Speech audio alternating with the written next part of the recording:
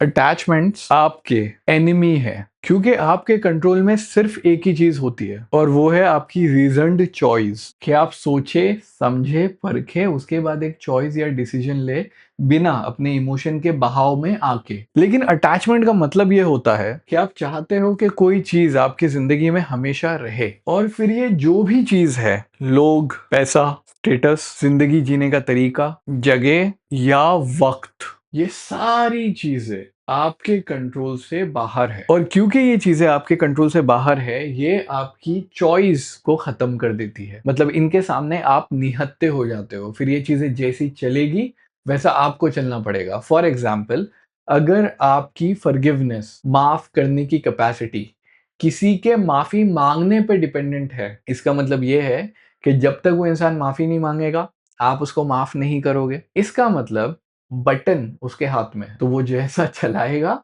आप वैसे चलोगे। और सिर्फ ये पार्ट कि आपके मूड के, आपके इमोशन के, आपके खुश होने के बटन किसी और के हाथ में है, ये आपको अनहैप्पी करते हैं। तो अगर एक चीज है जो आपको अनहैप्पी कर सकती है, वो है attachment. This is the reason to be unhappy. और जब भी हम किसी चीज से अटैचमेंट करते हैं ना, जब भी आप चाहते हो कि कोई चीज बस रहे, ये ऐसा सोचना है जैसे आपने किराए का मकान लिया और आप उसका पूरा फ्लोर चेंज कर रहे हो, आप उसका सीलिंग चेंज कर रहे हो, आप उस घर को एकदम चेंज कर रहे हो अपने हिसाब से बनाने के लिए, लेकिन आप ये भूल जा रहे हो कि ये किराए का मकान, कभी ना कभी आपको इसको खाली करना पड़ेगा।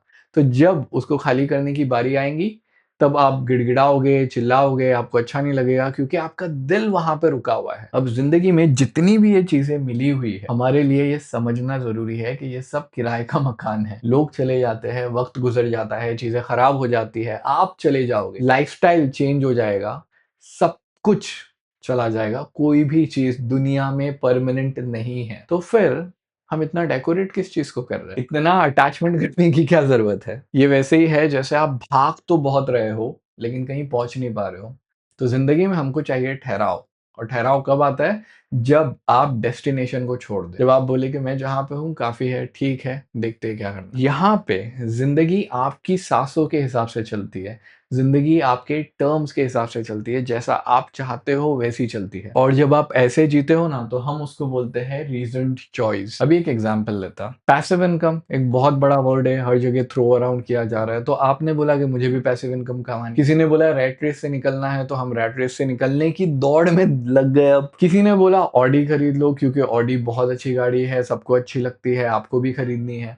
लोग आपको एक विजन बोर्ड दे देते हैं बना के, और हम उसके पीछे भागना शुरू कर देते हैं, और हम खुद को अब उस गोल से अटैच कर लेते हैं कि मेरे को ये चाहिए, नहीं तो मैं कुछ नहीं कर पाऊंगा। और ऐसा आपको तब लगेगा जब आप उस गोल को अचीव नहीं कर पाओगे। लेकिन जब हम ये अटैचमेंट छोड़ दें और ये समझे कि इस दुनिया में हम कुछ सालों के लिए है, जितने साल है जैसे है, सुकून से अपने हिसाब से जीना है और फिर आगे बढ़ना है। फिर अगर आप इसमें पैसिव इनकम कमाना चाहते हो, ऑल द बेस्ट। फिर आप इसमें अगर खुद की मर्जी से कुछ करना चाहते हो, बिजनेस डालना चाहते हो, महंगी गाड़ी लेना चाहते हो, महंगी गाड़ी नहीं लेना चाहते हो, फार्म खरीदना चाहते हो, वहां पे सेटल होना चाहते हो, एक किताब लिखना चाहते हो, बिजनेस डालना चाहते हो, अब आप सोच समझ के चीजें कर रहे हो, और आप ये समझ के कर रहे हो कि मैं जो भी कर रहा हूँ, हाँ ये अभी के लिए है, अच्छा है, इसमें जितनी जान लगेगी, जितनी मेहनत लगेगी, मैं सब कुछ लगा दूंगा। ये रीजन नहीं है लेजी होने के लिए, लेकिन मैं उससे चिपका हुआ, उससे अटका हुआ नहीं हूँ। ये कई बार टाइटल्स में भी आता है, जब इंसान बोलता है कि मैं एक फोटोग्राफर हूँ, मैं एक ग्राफिक डिजाइनर हूँ, मैं एक एक्टर हूँ। भाई साहब, हम इंसान हैं जो एक्टिविटी करते हैं, आप एक इंसान ही हो।